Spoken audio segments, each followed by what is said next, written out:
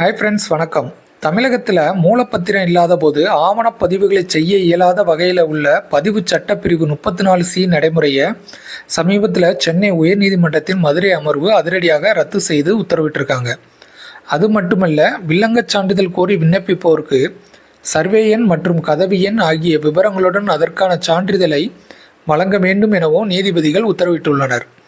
அசல் சொத்து ஆவணங்களை தவறான நோக்கத்துடன் கைப்பற்றுதல், அதன் மூலம் உரிமையாளர்களை அச்சுறுத்துதல், சட்டவிரோதமான பஞ்சாயத்துகள் நடத்துதல் போன்ற செயல்களுக்கு இடமளிக்காத வகையில் இந்த தீர்ப்பு அமைந்துள்ளது.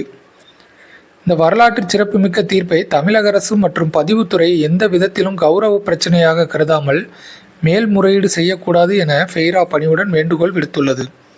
அது மட்டுமல்ல, நீதிமன்ற தீர்ப்பின் உண்மையான நோக்கத்திற்கேற்ப பதிவுத்துறையின் சட்டப்பிரிவு தெளிவான வழிகாட்டுதல்களை தயாரித்து உடனடியாக அனைத்து சார்பதிவாளர் அலுவலகங்களுக்கு சுற்றறிக்கையாக அனுப்பி ஒரே மாதிரியான நடைமுறையை அமல்படுத்த வேண்டும் என்றும் வலியுறுத்தப்பட்டுள்ளது. நன்றி, வணக்கம்.